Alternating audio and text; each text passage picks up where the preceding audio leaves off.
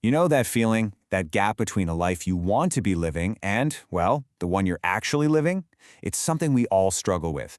So today, we're going to dive into Josef Kirschner's amazing guide, Learn to Manage Yourself, and pull out a few super simple but powerful formulas for taking back control. So Kirschner really kicks things off by pointing out this struggle that, let's be honest, we all know so well. On one side, you've got the ideal you, waking up full of energy, saying no when you need to, finally kicking that bad habit. But then there's reality, hitting snooze, saying yes just to avoid a fuss, and always promising to start fresh tomorrow. And that gap between the two, man, that's where all the frustration and disappointment lives. Right. So what gives? Why is it so incredibly hard to close that gap? Well, Kirschner's answer is actually surprisingly simple. And honestly, it's a total game changer. He says it's not about having more willpower or getting lucky or having some special personality. Nope, it's about one thing, a skill. And that skill, that's what he calls self-management. But here's the key. He wants us to completely reframe how we think about it. It's not something you're born with or not. It's a conscious choice. It's the fundamental decision you make every single day to actually grab the steering wheel of your own life. And look, Kirschner doesn't pull any punches here. He puts it in really stark terms. He says if you can't manage yourself, you basically just become a target for everyone else's desires and ambitions. Think about that. So in his mind, self-management isn't just some nice little productivity hack. It's literally a matter of survival, a defensive move to protect your own freedom. Okay, so where do we even begin with this? The great thing is, this isn't just high-level philosophy. Kirschner gives us a real practical toolkit. We're going to look at 3 super simple techniques, and I mean simple. In fact, you can literally try the second one along with me in just a minute. These are the absolute building blocks for everything else. And it's a really logical progression. It all starts with the foundation, getting a handle on your breath. From that calm, anchored place, we learn how to relax our body, like on command. And only when you've got a calm mind and a relaxed body can you get to the really deep work, reprogramming your own thoughts. See? Each step just builds right on top of the last one. All right, technique number 1, conscious breathing. Now stop and think about this for a second. Breathing is the most essential thing we do to stay alive, right? But 99% of the time, we don't even notice it. Kirschner's point is that if we can turn that automatic process into a conscious tool, we suddenly get this incredible power to influence our mind and body whenever we want. And the actual practice could not be simpler. Seriously, you just find a comfy spot, close your eyes, and notice your breath.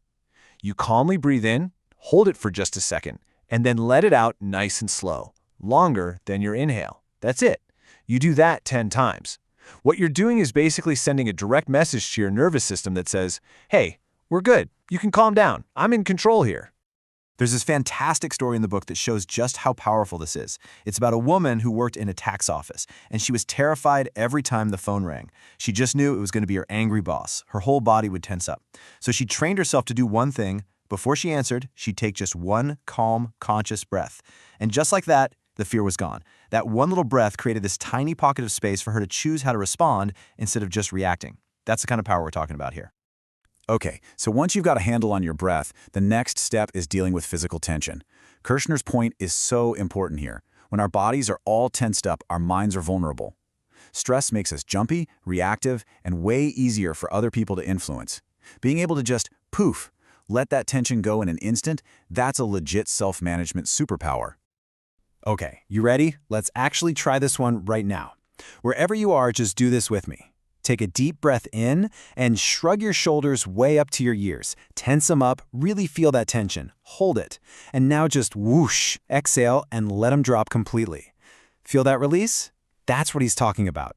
It's like you're hitting a physical reset button on your body's stress response.